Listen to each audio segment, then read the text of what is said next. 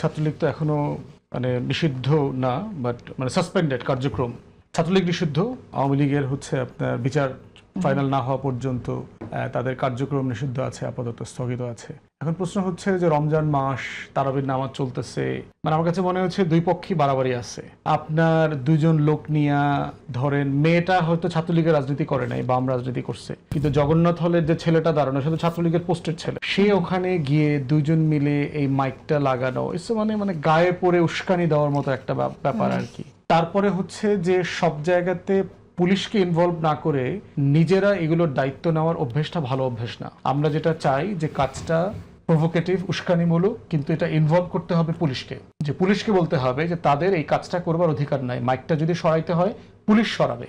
কারণ এই ধরনের সিভিল ডিসঅবিডিয়েন্সের একটা জায়গা থাকে। ফ্যাসিবাদ বিরোধী আন্দোলনে আপনি এগুলো একটা সময় পর্যন্ত করতে পারেন, কিন্তু রাষ্ট্রকে একটা সময় সেটেল ডাউন হইতে দিতে হবে। আবার এটাও সত্য যে আওয়ামী লীগ এবং ফ্যাসিবাদ প্রশ্নে তারা যেহেতু তাদের গণহত্যা, তাদের অন্যায়ের কোনো ক্ষমা তারা চায় নাই, তারা এই সুশীল নরম জিনিসগুলোর মাধ্যমে নিজেদের গুণাগুলোকে নর্মালাইজ করবার চেষ্টা করছে।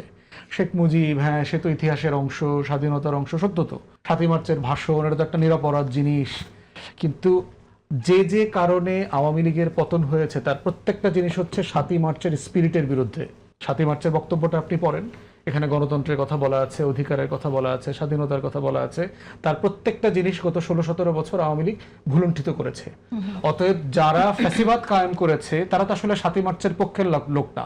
অতএব ঠিক সেই যুক্তিতেই ৭ই মার্চকে ব্যবহার করে মুক্তিযুদ্ধ ব্যবসার নামে, চেতনা ব্যবসার নামে আবার নতুন করে আওয়ামী ফ্যাসিবাদকে নর্মালাইজ করা, বিচার না হওয়া পর্যন্ত সেটা সুযোগ দেওয়া যাবে না।